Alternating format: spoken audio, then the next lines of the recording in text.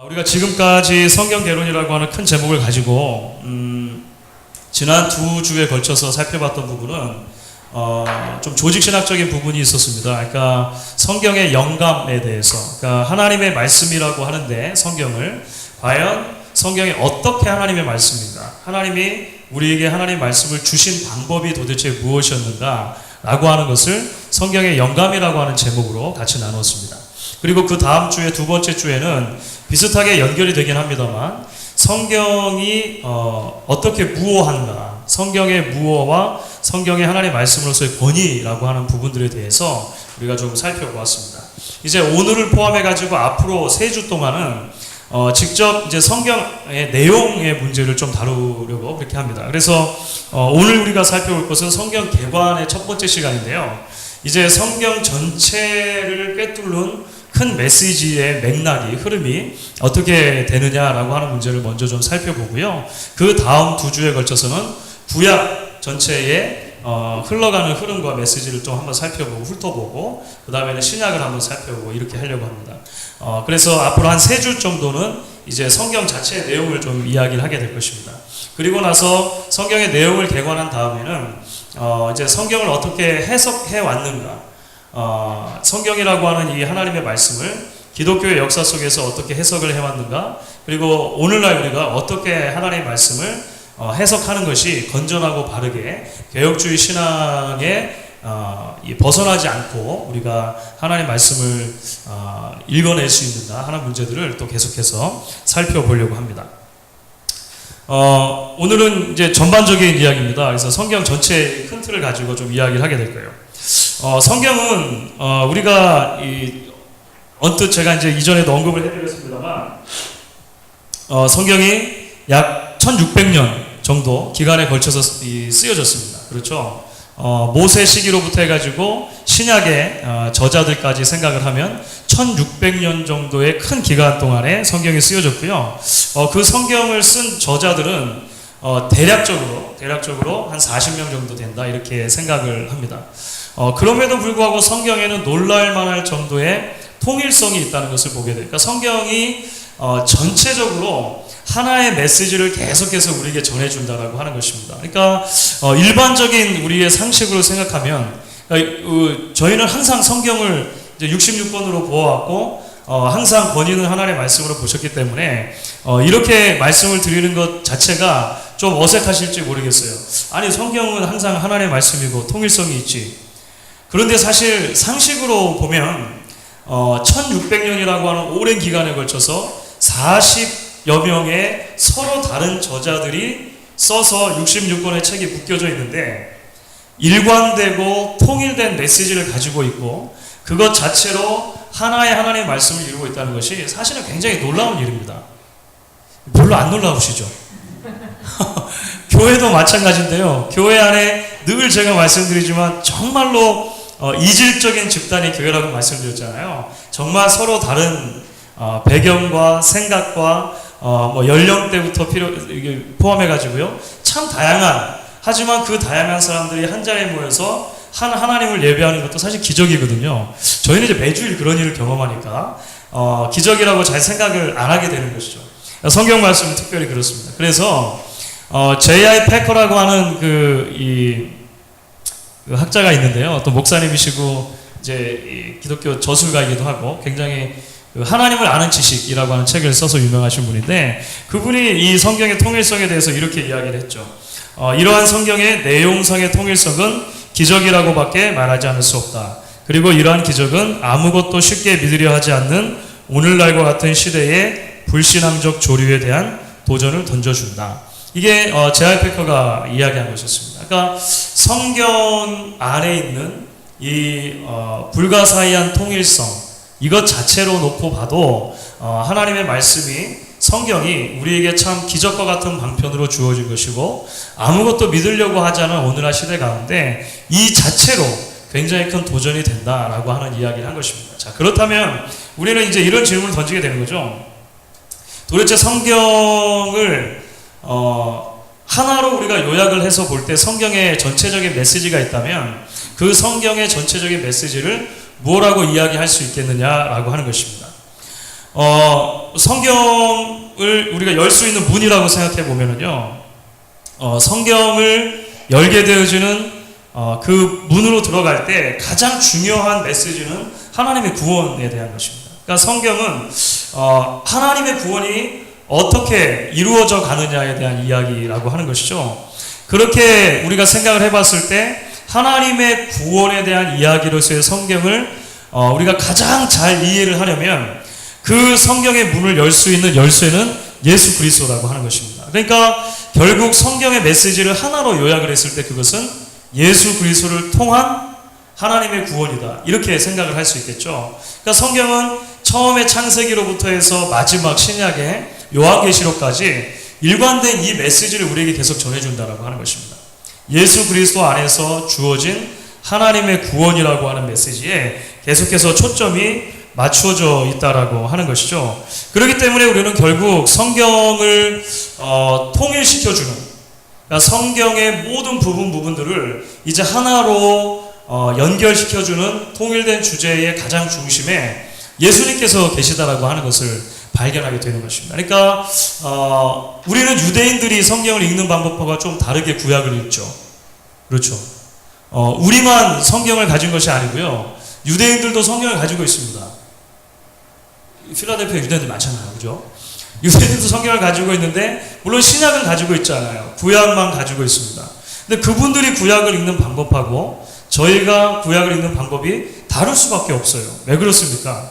저희는 예수 그리스도의 관점을 가지고 구약을 읽어가는 것이고 오신 예수 그리스도의 관점에서 신약을 읽어가기 때문에 그렇습니다. 그러니까 사실 성경을 처음부터 이제 출발해가지고 읽는 것이 쉽지는 않으시잖아요. 그죠? 우리가 이제 올해도 7월 달쯤 되면은 여름 동안에 신약 성경 읽는 프로젝트 올해도 또 할 거거든요. 작년에 우리가 처음 시작했고 해마다 이제 여름 때쯤 되면은 조금 우리가 전체적으로 좀 다운되기도 하고 힘들어지니까 조금 이렇게 바짝 땡기는 의미에서 성경을 읽는 것입니다. 신약 성경 읽는데 이제 언젠가 시간이 되면 이제 구약 성경도 그런 식으로 읽어갈 수 있는 그런 기회가 올 수 있으면 좋겠다 싶고요.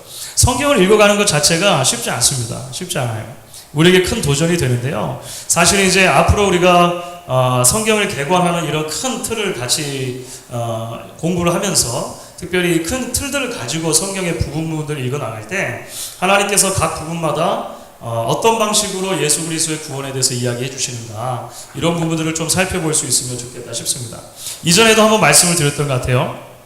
이 그림을 보여드린 적 있죠. 요 사무실에도 붙어 있습니다. 우리 그 미국 교회 사무실에 붙어 있는데요. 이 엠마오로 가는 두 제자라고 하는 아주 유명한 그 로드 투 엠마오, 그러니까 그 엠마오로 가는 길이라고 하는 그런 그림인데요. 이 엠마오로 가는 두 제자 이야기가 누가복음 24장에 나옵니다. 그러니까 우리 복음주의 안에서, 개혁주의 안에서 그 성경의 해석과 관련돼 가지고 또는 성경의 통일된 메시지하고 관련해 가지고 누가복음 24장이 참 중요합니다. 그래서 이제 여러 번 강조해서 말씀을 드려요. 누가복음 24장에 엠마오로 내려가는 두 제자 이야기가 나오죠. 그 두 제자가 지금 엠마오로 내려가는 그 정황이 어떤 정황이냐면요, 예수님께서 돌아가신 거예요. 그렇죠. 예수님께서 죽으셨고 이 사람들은 예수님을 따라다니던 제자들이었습니다. 12제자 중에 한 명은 아니었던 것 같아요. 둘은 아니었던 것 같아요. 12제자 말고도 예수님을 따라다니는 사람들이 많이 있었는데 그들 가운데 2명이었다는 거죠. 그런데 예수님이 돌아가시고 나서 마음 가운데 굉장히 큰 실망을 하게 됐습니다. 왜 메시아가 죽어야만 했을까? 뭐 이런 고민들이 있었을 것이고, 왜 로마로부터 우리 유대인들을 구원하지도 못하고 성공하지도 못하고 예수님은 그냥 십자가에 죽으셨을까? 뭐 이런 이 안타까움이 있었겠죠. 그래서 이제 터벅터벅 자신들의 고향인 엠마오로 내려가고 있었다는 것입니다. 그때 갑자기 누군가가 나타나신 거죠. 사실은 그 누군가는 부활하신 예수님이었습니다. 그런데 이 제자들이 예수님을 못 알아봤어요. 그러니까 형체가 좀 다르게 나타나셨던 것 같아요. 그래서 이 제자들이 예수님이라는 걸 알아보지 못했을 때 예수님이 이제 말을 거시는 거죠. 아니, 왜 도대체 그런 얼굴로, 그렇게 어두운 얼굴로 내려가고 있느냐 물었더니 이 제자들이 말하기를, 아니, 딱 보니까 이 근처 사람 같기도 한데 도대체 예루살렘에서 무슨 일이 있었는지 모른단 말입니까? 뭐 이렇게 해가지고 예루살렘에서 있었던 일, 그 예수님이 죽고 뭐 이렇게 해가지고 우리가 이렇게 절망됐고 그래서 우리는 그냥 고향으로 돌아가는 길입니다. 이런 이야기들을 설명해 줬단 말이죠. 그때 예수님께서 이렇게 말씀하십니다. 여러분들 오늘 24장 25절, 26절, 27절에 보면 이렇게 나와 있어요. 한번 같이 읽어보도록 할게요. 25절, 26절, 27절 우리 같이 한번 읽도록 하겠습니다. 가라사대 미련하고 선지자들의 말한 모든 것을 더디 믿는 자들이여, 그리스도가 이런 고난을 받고 자기의 영광에 들어가야 할 것이 아니냐 하시고, 이에 모세와 및 모든 선지자의 글로 시작하여 모든 성경에 쓴 바 자기에 관한 것을 자세히 설명하시니라. 그러니까 이게 무슨 말입니까? 제자들의 문제가 뭐였냐면 25절에서 나타난 것은요, 선지자들의 말한 것, 무슨 말이냐면 구약 성경이죠. 구약 성경을 제대로 이해하지 못했기 때문에 예수님의 십자가 죽음이 어떤 의미를 가지는가 이해하지 못했다. 예수님 이렇게 말씀하시는 거죠. 맞습니까? 맞죠? 예, 감사합니다. 그래서 예수님이 어떻게 하셨냐면 그 두 명의 제자들에게 성경을 가르쳐 주신 거예요. 이 당시의 성경은 구약 성경입니다. 여기서 특별히 27절에서 모세와 및 모든 선지자의 글, 이것은 당시의 유대인들이 구약 성경을 말하는 방법이죠. 구약 성경을 구분하는 방법이에요. 그래서 모세와 선지자의 글 또는 모세와 선지자와 시편 이렇게도 하기도 하고 모세와 시편 이렇게 하기도 하고, 이건 전부 다 구약 성경을 말하는 방법이란 말이죠. 그래서 이 구약 성경의 부분들로부터 시작해서 예수님께서 성경 공부를 해주셨다. 자기 자신에 대해서 어떻게 구약이 이야기를 하고 있는가 다시 자세히 잘 풀어서 설명을 해주셨다라고 하는 부분이 바로 누가복음 24장에 나온 그런 이야기가 되는 것입니다. 그렇기 때문에 결국 우리가 성경을 생각을 할 때 이런 도표를 생각하게 되는 거죠. 구약은 오실 예수 그리스도에 대해서 예수님께서 오신다라고 하는 He is coming 이죠. 그가 오신다라고 하는 이야기를 계속 전해주고 있는 이야기고, 신약은 그분이 이제 오셨다라고 하는 것입니다. He has come. 그분이 오셨다라고 하는 관점에서 계속해서 풀어가고 있는 것이 이제 구약과 신약의 큰 메시지라고 하는 것을 보게 되는 것입니다. 그래서 성경의 전체적인 메시지가 어떻게 예수 그리스도 안에서 우리에게 주시는 구원이 이제 성취되어져 가느냐에 대한 이야기로 풀어갈 수 있다, 이렇게 생각을 하시면 될 것 같습니다. 그렇다면 결국 성경이라는 것은 무엇이라고 이야기할 수 있을까요? 사실 성경 전체는 딱딱한 법전도 아니고요. 그렇죠. 법들을 좀 모아놓은 법전도 아니고요. 영웅들의 이야기를 모아놓은 영웅집도 아니고 또 여러 가지 교훈들을 모아놓은 교훈집도 아니다는 것을 우리가 알 수 있습니다. 사실 성경은 하나의 거대한 이야기이죠. 그러니까 구약의 창세기로부터 시작해서 요한계시록 끝까지 성경은 하나의 거대한 스토리라고 하는 것입니다. 그런데 그 스토리는 어떤 스토리냐면 우리를 향하신 하나님의 사랑의 이야기라고 하는 것이죠. 인류와 피조 세계를 향해서 하나님께서 어떻게 사랑하셨고 그 사랑 안에 어떤 문제가 생겼고 그 사랑을 어떻게 계속 회복해 가시느냐 하는 이야기가 사실 성경 전체의 이야기다, 이렇게 생각을 하시면 될 것 같습니다. 그러면 그렇게 우리가 성경을 하나님의 사랑의 이야기라고 생각했을 때, 성경 전체를 하나의 거대한 스토리라고 생각했을 때, 이제 그 구속의 이야기를 이해하는 데 있어서 우리가 두 가지 중요한 주제를 생각하게 되는 거죠. 그것 중에 하나가 무엇이냐면 하나님의 나라라고 하는 개념이 등장하는 거예요. 그리고 또 하나는 이제 언약이라고 하는 개념이 등장하는 것입니다. 하나님의 나라는 결국 뭐냐면 피조 세계와 사람들을 향한 하나님의 통치를 하나님의 나라라고 이야기하는 거죠. 하나님께서 어떻게 통치해 가시는가, 그 통치를 어떻게 경험하느냐의 문제를 하나님의 나라라고 이야기를 하고, 그 다음에 언약이라고 할 때는 하나님께서 그 피조 세계와 그리고 인간들과 관계를 맺으시는 방법, 약속을 맺으시는 방법을 언약이라고 하는 것입니다. 그래서 구약으로부터 시작해서 신약까지 이런 하나님께서 하나님의 백성들과 약속을 맺으시는 장면들이 계속적으로 등장하는 거예요. 그래서 그런 약속의 이 맥락들을 따라가다 보면 우리가 성경 전체 메시지를 같이 연결해서 이야기할 수 있는 것을 보게 되는 것입니다. 특별히 이 하나님 나라라고 하는 관점을 생각했을 때 여러분들 기억하시겠지만 예수님께서 이 땅에 오셔가지고요 제일 먼저 전하신 복음 메시지의 내용이 무엇이었습니까? 그건 마태복음에도 나오고 마가복음에 나오고 다 그래요. 복음서마다 나오는데요. 예수님의 첫 설교의 제목이 내용이 무엇이었습니까? 하나님의 나라가 가까웠으니 회개하고 복음을 믿으라 이 말씀이죠. 또는 마태복음에서는 그 하나님의 나라를 천국이라고 풀죠. 그죠? 천국은 하늘 나라잖아요. 하늘 나라. 그러니까 마태복음은 1차적인 독자들이 유대인 독자들을 대상으로 쓰여졌다라고 학자들이 생각을 해요. 그러니까 유대인들은 하나님의 이름을 함부로 잘 안 부르잖아요. 그렇죠. 그래가지고 사실 우리는 여호와 하나님의 우리가 여호와라고 부르는 구약의 그 하나님의 사실 이름을 잃어버렸습니다.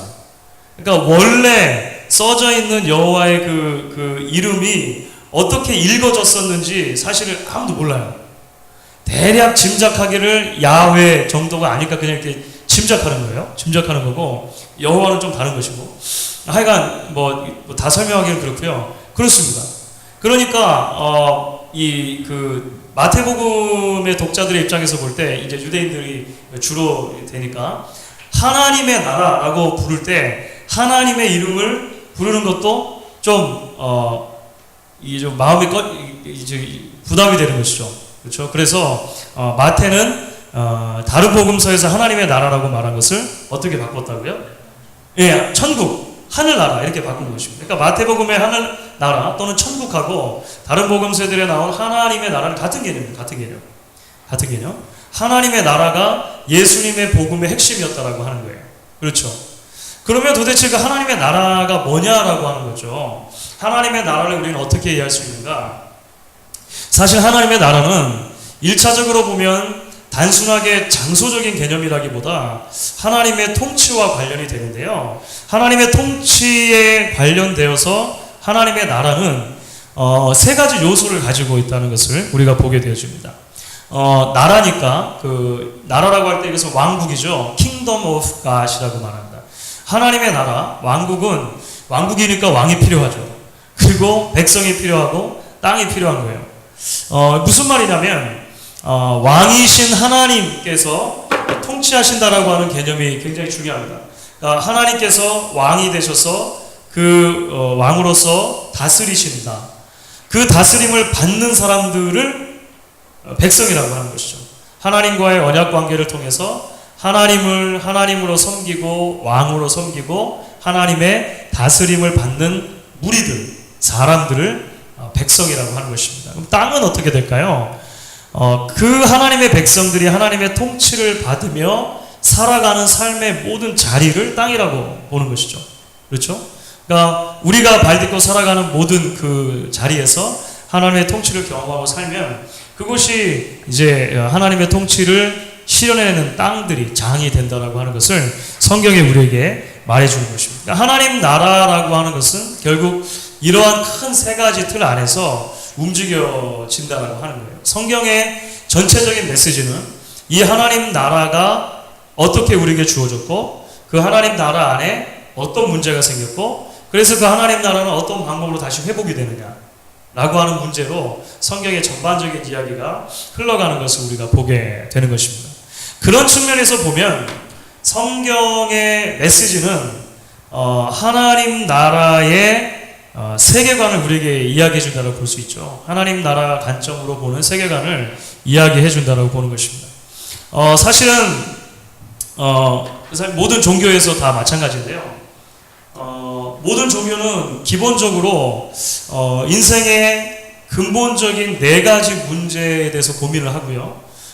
그 인생의 근본적인 네 가지 문제에 대한 답을 내려주는 방식으로 종교가 존재합니다.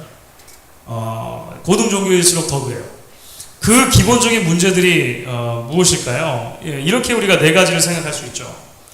하나는 나는 누구인가 라고 하는 문제입니다. 그러니까 인류와 우주의 기원이라고 할 수 있어요. 나는 도대체 누구인가? 어디서 왔는가? 사실 이제 사춘기가 되면 되게 이런 경험을 하죠. 이런 고민을 합니다. 처음에는 잘 모르다가 사춘기가 되면 이런 고민들에 빠지는 순간이 우리 생각에 봄이 오는 순간이 되는 거예요. 그렇죠. 나는 누구인가? 나는 누구인가? 그 다음에 나는 어디에 있는가? 내가 지금 살고 있는 이 세상은 어떤 세상인가라고 하는 거예요. 그러니까 이 우주의 성격, 내가 살고 있는 이 모든 것에 어떤 성격을 가지고 있느냐라고 하는 것을 우리는 질문을 던지게 되는 것입니다. 또 하나의 문제가 생기죠. 이것은 이제 악의 문제와 관련이 되는 거예요. 왜 이 세상에는 이렇게 잘못된 것들이 많이 있는가? 라고 하는 문제입니다. 왜 이 세상에는 불공평이 존재하고 부정이 존재하고 악이 존재하고 죄가 존재하고 이런 거 있잖아요. 사춘기를 지나면서 한 번도 그런 고민 안 해보셨습니까? 졸리셔가지고 고민이 있었는지 없었는지도 이제 잘 모르시나요? 그렇죠. 이런 고민들을 하게 되는 거예요. 조금 깊이 생각하면 이런 문제들이 사실 다 이제 본질적으로 종교적인 문제가 되는 거죠. 마지막에는 그렇다면 어떻게 이런 문제들을 해결할 수 있는가라고 하는 것입니다. 그래서 이런 고민들을 계속 하다가 어떤 분들은 이런저런 종교에 귀의하기도 하고 또 이런저런 방법으로 사회 변혁을 꿈꾸기도 하고 이런저런 방법으로 공부를 통해서 아니면 어떤 성공을 통해서 이런 문제들을 넘어서려고 노력들을 하는 것이죠. 그런데 거기에 한계들이 있다는 것을 발견하게 됩니다. 성경은 이 기본적인 인생의 문제들에 대해서 답을 주고 있죠. 그러니까 성경이 그것을 하나님 나라의 큰 관점 안에서 우리에게 답을 주는 것입니다. 도대체 나는 누구인가? 나는 어디에 있는가? 무엇이 잘못되었는가? 어떻게 이것을 바르게 고칠 것인가? 하나님 나라의 관점이라고 하는 것은 결국 이것을 이 세 가지의 관점으로 풀어가는 거예요. 첫 번째는 창조에 대한 이야기죠. 성경에 굉장히 중요한 그래서 이 성경적인 세계관의 기본이 창조에 대한 것입니다. 창조. 하나님의 창조. 그래서 나는 누구인가 내가 어디에 있는가에 대한 질문에 대해서 창조에서 우리에게 이야기를 하는 것입니다. 두 번째는 무엇이 잘못되어 있는가에 대한 문제로서 성경은 타락을 이야기합니다. 인간의 자발적인 선택으로 불순종을 선택했고 그 불순종의 결과로 죄가 들어왔다라고 하는 것이죠. 그리고 죄가 이 땅에 들어온 뒤로 그 죄의 영향 아래에 있는 모든 사람들과 피조세계가 악의 영향에 놓이게 됐다라고 설명을 하는 것입니다. 그러니까 죄 때문에 타락 때문에 이 잘못이 왔다라고 하는 것이죠. 그러면 이 잘못된 것을 어떻게 바르게 다시 고칠 수 있는가? 성경은 그것을 구속이라고 하는 개념으로 설명하는 것입니다. 구속. 사람이 스스로 이루어낼 수 있는 것이 아니라 전능하신 하나님께서 창조주이신 하나님께서 구속의 방편을 마련해 주시고 그 구속의 방편을 우리에게 선물로 주셔서 죄로부터 구원해 주신다라고 하는 개념을 성경이 이야기를 하는 거예요. 그렇죠. 그래서 이 창조와 타락과 구속이라고 하는 큰 틀 안에서 성경적인 세계관 또는 하나님 나라의 세계관이 이제 형성이 되는 것이죠. 성경의 전체적인 메시지는 이 큰 틀 안에서 놓고 보아야 이해가 되는 것입니다. 그렇죠.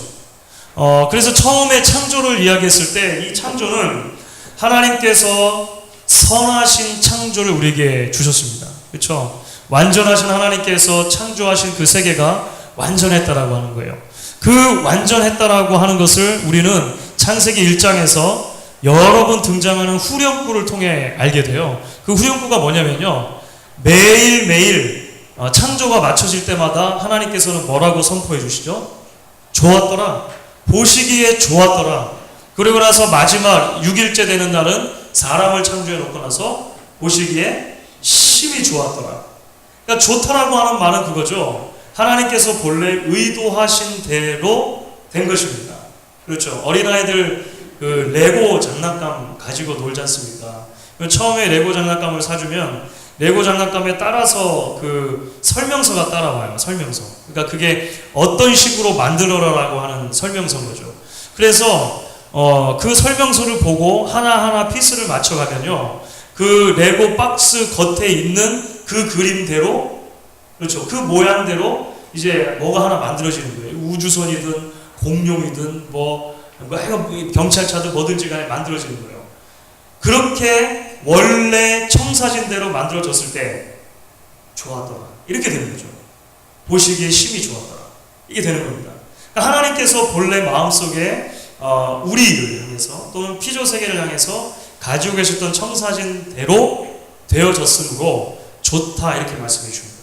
그 중에서도 특히 중요한 것이 인간을 하나님의 형상으로 만드신 거죠. 하나님의 형상에 대해서 이전에도 설명을 좀 드린 적이 있습니다. 사람이 하나님의 형상으로 지어졌다는 것은 사람이 하나님의 대리인으로 지어졌다라고 말씀을 드렸죠. 하나님의 통치를 이 땅에 실현하는, 그러니까 보이지 않는 하나님을 이 땅에 보여주는 존재로 사람을 만들어 주셨다라고 하는 거예요. 그렇죠. 사람은 굉장히 소중한 존재라고 하는 것입니다. 하나님의 형상, 하나님의 대리인으로 만들어진 것입니다.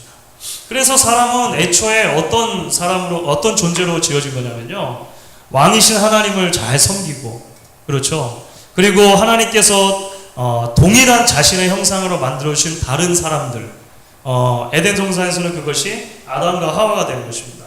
둘 다 하나님의 형상으로 만들었다고 되어 있어요. 그렇죠. 그 안에서 완전한 연합, 완전한 교제를 나누고, 또 하나님께서 맡겨주신 피조세계를 향해서는요, 그 피조세계를 하나님의 뜻을 따라서 잘 다스리는 역할을 감당하도록 부름을 받았다라고 하는 것이죠. 그러니까 사람의 역할은 하나님을 잘 섬기고 사람들을 잘 섬기고 피조세계를 잘 섬기는 이러한 역할을 하도록 부름을 받았다는 것이죠. 이제 여기에 죄가 들어오게 됐다라고 하는 것입니다. 타락의 결과는 이 모든 관계가 다 파괴가 된 것이죠.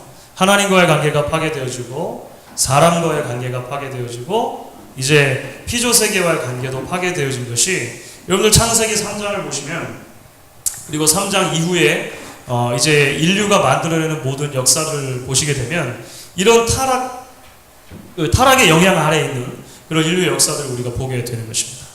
하지만 놀랍게도 하나님께서는 거기서 그치시는 것이 아니라 구속의 계획을 가지고 계셨던 것이죠. 원래대로 다시 회복시켜 주시고자 하시는 의도를 하나님께서 가지고 계셨던 것입니다. 그래서 그 의도는 결국 원래 창조되었던 대로 또는 창조를 더 넘어서는 상태로 하나님께서 구속의 이제 계획을 우리에게 주시는 것이죠. 그래서 이전에 우리가 성경을 조금 자세히 살펴볼 때 원시복음이라고 하는 말씀을 드린 적이 있습니다. 이 원시복음은 뭐냐면 창세기 3장 15절입니다. 창세기 3장 15절은 사실은 언약을 파괴한 이 범죄한 당사자들에게 하나님께서 일일이 다 저주의 말씀을 내리세요. 그러니까 남자에게, 여자에게, 뱀에게 다 저주의 말씀을 내리시는데, 특별히 그 뱀에게 저주의 말씀을 내리시는 바로 한 가운데에 사실은 구속의 메시지가 숨겨져 있었다라고 하는 거예요. 그게 창세기 3장 15절입니다. 그래서 뭐라고 얘기하시냐면, 너의 후손이 여자의 후손과 원수가 될 것이고, 뱀한테 말하는 거예요. 너의 후손이 여자의 후손과 원수가 될 것이고, 앞으로 너의 후손은 여자의 후손의 발꿈치를 상하게 할 것이지만 여자의 후손은 너의 후손의 머리를 상하게 할 것이다. 이런 예언의 말씀이 창세기 3장 15절에 등장하는 것입니다. 그 자체를 놓고 보면 무슨 말씀인지 잘 모르겠어요, 사실. 그렇죠. 좀 모호합니다. 그런데 이 말씀이 계속해서 역사 속에서 어떤 식으로 성취가 되어가느냐를 바라볼 때 이 말씀을 결국 여자의 후손으로 오실 한 분 예수 그리스도께서 뱀의 후손, 즉 사단의 머리를 밟으시고 완전히 승리하셔서 하나님의 백성들을 구원해 주실 것을 미리 이제 그림자와 같이 보여주고 있는 부분이다라고 하는 거죠. 그래서 아주 희미한 형태이지만 복음이 그 안에 들어있다라고 해가지고 창세기 3장 15절을 원시복음이라고 하는 거죠. 그래서 이제 여러분들 성경을 보시게 되면요, 구약성경 안에 특별히 쭉 어떤 이야기들이 진행이 되냐면 타락의 영향 아래에 있는 인류의 역사와 그럼에도 불구하고 하나님께서 당신의 구속의 계획을 계속해서 이루어 가시는 그 역사가 한데 엉겨 있는 것을 보게 되십니다. 여러분들 꽈배기 좋아하세요? 난데없이 왜 꽈배기 얘기? 꽈배기를 보시면요, 이 두 줄이 이렇게 같이 얽혀져 있죠. 이게 두 개인 것 같기도 한데 하나인 것 같기도 하고 뭐 그렇지 않습니까? 그렇죠. 두 개인 것 같기도 한데 하나인 것 같기도 하고 꽈배기처럼 이렇게 엉켜 있는 거예요. 구약에서는 그런 것입니다. 죄의 영향 아래에 있어서 타락의 영향 아래 계속 역사를 만들어가는 그러한 인류의 이야기와 하나님의 구속의 이야기가 계속 꽈배기처럼 엉켜져 있어요. 이걸 다르게 표현하면 이렇게도 표현할 수 있습니다. 하나님의 공의의 성품, 그러니까 죄가 있으면 그것을 철저하게 심판하셔야 된다라고 하나님의 공의의 성품 하나하고, 또 하나님의 무조건적인 사랑이 있죠. 하나님께서 예를 들어서 다윗, 그리고 다윗의 그 후손들을요 무조건적으로 사랑해 주신다는 표현이 나와요. 사무엘하 7장 같은 데 나오는데, 다윗 언약인데요, 무조건적으로 사랑해 주신 거예요. 그런데 이 개념이 구약 성경 안에는 꽈배기처럼 얽혀 있는 겁니다. 그러니까 두 개 같기도 하고 하나 같기도 하고 한 이야기가 계속 얽혀져 있어요. 이것은 구약 안에서는 해결이 안 돼요. 어디서 해결이 되냐면 예수님께서 오셔야 해결이 되는 것입니다. 예수님 안에서 이 모든 것들이 다 하나로 수렴이 되어서 하나님의 완전한 구원의 방편이신 예수께서 오셔서 대속의 제물로 십자가를 지셔야 가능하다, 이렇게 이야기를 할 수 있는 것이죠. 자, 그렇기 때문에 이런 큰 그림을 가지고 보면 성경의 이야기는 크게 우리가 이렇게 요약을 해볼 수 있습니다. 성경을 6막 8장의 드라마다. 이전에도 한번 말씀드린 적 있죠. 6막 8장의 드라마다. 이것은 무엇이냐면 결국 하나님 나라라고 하는 개념으로, 또는 창조와 타락과 구속이라고 하는 큰 개념으로 성경 전체를 살펴봤을 때 우리는 이렇게 요약할 수 있다는 거예요. 첫 번째는 하나님의 나라의 건설에 대한 이야기, 창조 이야기죠. 그리고 나서는 하나님 나라 안에 반역이 일어났던 이야기, 타락의 이야기가 됩니다. 그 안에서 이제 이스라엘을 선택하시는 이야기가 나와요. 그러니까 이것은 구원의 계획이 어떻게 출발하느냐의 문제가 구약의 이야기가 되는 것입니다. 그래서 특별히 구약에 있어서 아브라함이라고 하는 한 사람을 선택하심으로 이제 이스라엘 민족을 택해 주시는데요. 그것은 이스라엘 민족 자체가 어떤 특별한 어떤 그 자체적으로 하나님 앞에 예쁨을 받을 만한 자격이 있어가지고 그런 것이 아니고, 신명기 7장 말씀처럼 전적인 하나님의 은혜를 그렇게 하신 거예요. 왜 그렇습니까? 그 한 민족을 택해야 그 한 민족에서 구원자이신 예수 그리스도께서 오시기 때문에 그렇습니다. 그렇죠? 그래서 구약에 아브라함에게 주셨던 약속 중에 중요한 두 가지 약속이, 하나는 씨에 대한 약속이죠. 자손에 대한 약속이고, 또 하나는 땅에 대한 약속. 하나님의 백성들이 살아갈 땅에 대한 약속을 주시는 것이죠. 여기까지 이야기가 구약의 이야기입니다, 사실은. 그렇죠. 이 전체 이야기가 구약의 이야기라고 하는 거예요. 신약으로 가시게 되면 이제 왕국의 주인공이신 왕께서 직접 이 땅에 내려오시는 이야기가 기록이 되는 거예요. 구원의 방편으로 왕이신 예수께서 오시는 이야기, 그래서 구원의 계획이 성취가 되는 거죠. 그리고 나서 그 왕의 복음이 어떻게 전파되느냐 하는 이야기가 이제 사도행전부터 해가지고요, 예루살렘과 사마리아와 온 유다 땅끝까지 이제 복음이 전파되는 이야기들이 등장하게 되는 것입니다. 그리고 나서 이제 요한계시록을 보게 되면 왕이 다시 돌아올 왕의 귀환을 그 소망하는 이야기들로 이제 이야기가 정리가 된다라고 하는 것입니다. 결국 성경 전체의 이야기는 이 큰 틀 안에서 움직여 간다라고 하는 거예요. 그러니까 우리가 이제 다음 주에는 구약 성경이라고 하는 큰 도막 하나를 살펴보게 되고요. 그 다음 주에는 신약 성경이라고 하는 큰 도막을 살펴보면서 이제 물론 이제 뭐 한 3, 40분 되는 시간 내에 구약을 한번 다 보는 거고 또 신약을 한번 다 보는 거니까 굉장히 뭐 겉핥기처럼 지나가긴 하겠지만요, 이런 큰 관점을 가지고 좀 살펴보려고 해요. 그래서 이런 큰 틀을 가지고 보면 이제 성경의 부분들을 읽어갈 때 이런 부분들이 하나님의 구원의 큰 계획 안에 어떤 식으로 이제 맞아들어져 가는가라고 하는 것들을 좀 생각해 볼 수 있게 될 것입니다. 굉장히 잘 팔리는 기독교 베스트셀러 서적 가운데 이런 제목의 책이 있더라고요. 성경이 읽어지네. 그 제목 들어보신 적 있으세요? 성경이 읽어지네. 예, 그 책을 안 읽어도 읽으시면 좋습니다. 좋은데 그 책을 안 읽어도 이 책장사 내지는 약장사 분위기가 그 책을 안 읽으셔도 일단 한번 들어보시면 이렇게 되겠는데, 그러니까 강의를 앞으로 들으시다 보면 성경이 읽어지네. 그렇죠? 아, 이런 방식으로 해가지고 진행이 됐구나. 이렇게 좀 생각을 해보시면 될 것 같습니다. 그러면 이제 마무리하면서 몇 가지만 좀 이렇게 굵직굵직한 도표들을 좀 살펴보면서요. 앞으로 이제 다음 주부터 구약 또 신약을 크게 살펴보는 데 있어서 미리 좀 도움이 될 만한 그런 굵직한 도표들을 좀 한번 보여드리도록 할게요. 이거 여러 번 보셔가지고 익혀두시면 좋습니다. 이것은 여러 번 보셔서 익혀두시면 좋은데요. 구약을 우리가 읽기 어려운 이유 중에 하나가 뭐냐면 구약의 역사 자체에 익숙하지 않기 때문에 그렇습니다. 그리고 사실 구약의 역사라고 하는 것이 이스라엘 민족 자기들 나라만의 역사로 끝나는 게 아니고요. 주변 국가들의 역사하고 또는 그 정세하고 굉장히 밀접한 관계가 돼요. 우리가 소위 말하는 남왕국, 북왕국 막 이렇게 되고 나중에 북왕국이 멸망했다, 아시리아한테, 남왕국이 멸망했다, 바벨론한테. 이게 어렵죠, 사실은. 어려운 이유가 다 주변 국가들하고의 이 정치 속에서 이런 일들이 일어나기 때문에 그런 것입니다. 그래서 눈으로 보시고 자꾸 생각을 하시면서 익혀두시면 구약의 이제 이야기를 읽어갈 때 여러 가지로 우리가 도움이 되는 것입니다. 구약의 역사는 이렇게 쭉 흘러가는데 처음에 창조로부터 시작해서 아브라함을 택하시는 이야기까지 이제 인류의 고대사가 나오고요. 창세기 12장 아브라함의 이야기로부터 해가지고 족장 시대가 시작이 되는 거죠. 그러니까 이스라엘의 본래 조상이 되는 그 사람을 택해 주신 것입니다. 그리고 나서 계속 이야기가 흘러가요. 자, 이런 이야기들을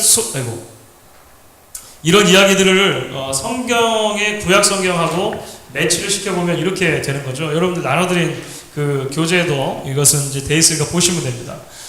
그래서 창세기 이야기가 족장시대 이야기까지가 되는 것이고요. 출애굽기, 레위기, 민수기, 신명기를 보시면 그 뒤에 애굽 생활, 광야 생활 이렇게 이어집니다. 그 위에 보시면은 고대 바벨론 제국이라고 나와 있죠. 이것이 이제 아브라함이 원래 고대 바벨론 제국에 속해 있던 사람이잖아요. 그죠? 바벨론 사람이잖아요. 본래 갈대아 우르라고 했을 때 바벨론 땅입니다. 거기에 있던 사람인데 하나님께서 부르셔서 이제 한번 이 이스라엘 민족을 이루신다. 뭐 이런 이야기가 계속 나오는 것이죠. 광야 생활 다음에 여호수아 그리고 사사기 이야기가 나오고요. 이때까지 왕이 없다가 이제 왕이 세워지는 이야기, 그리고 왕국이 어떻게 진행되느냐, 그리고 그 왕국들이 주변의 국가들의 정세에 의해서 이제 하나씩 멸망해 가는 이야기, 이런 것들이 열왕기, 사무엘 열왕기서에 나오고 비슷한 이야기가 역대기에도 기록이 되어 있는 거죠. 그리고 나서 이제 잡혀가는 포로기가 나오고요. 나중에 포로가 귀환되는 이야기들, 이런 건 이제 에스라, 느헤미야, 에스더 이런 성경들에서 볼 수 있고, 또 선지서에서는 학계, 스가랴 같은 데서 볼 수 있는데요. 우리가 이런 이야기들은 다음 주에 조금 구체적으로 좀 해보도록 그렇게 하겠습니다. 그런 이제 전체 큰 틀을 놓고 봤을 때 구약 성경은 이렇게 구분할 수 있는 거죠. 이것도 다음 주에 한 번 더 말씀드릴게요. 구약 성경은 크게 우리가 가진 성경의 기준으로는 모세오경, 그리고 역사서, 그리고 나서 시가서 있고요. 그 다음에 선지서가 있죠. 이렇게 큰 덩치들로 우리가 나눠볼 수 있는데요. 사실은 다음 주 이걸 다 한다는 게 굉장히 어려운 일이지만 신학교에서는 이제 모세오경 가지고 한 학기 내내 하고 이렇게 역사서 가지고 한 학기 내내 하고 이렇게 이제 어떤 거는 두 학기 하게 되고 이제 학교마다 좀 다른데 저희는 짧게 하루 만에 강사가 유능하니까 또 들으시는 청중들이 유능하시니까 할 수 있을 줄로 생각하고 다음 주 하여간 구약성경 한번 다 하려고 하고요. 이것은 이제 구약시대 지도인데요. 일단 넘어가겠습니다. 신약도 이렇게 나눌 수 있죠. 신약의 27권을 복음서, 그리고 역사서에 해당하는 사도행전입니다. 행전이라고 그냥 얘기도 할 수 있는데요. 그리고 나서는 신약 성경에는 좀 독특한 양식인데 서신들이죠. 편지가 많이 등장해요. 바울의 편지, 그리고 일반적으로 그 공동서신이라고 알려져 있는 서신들, 이런 편지들이 있고요.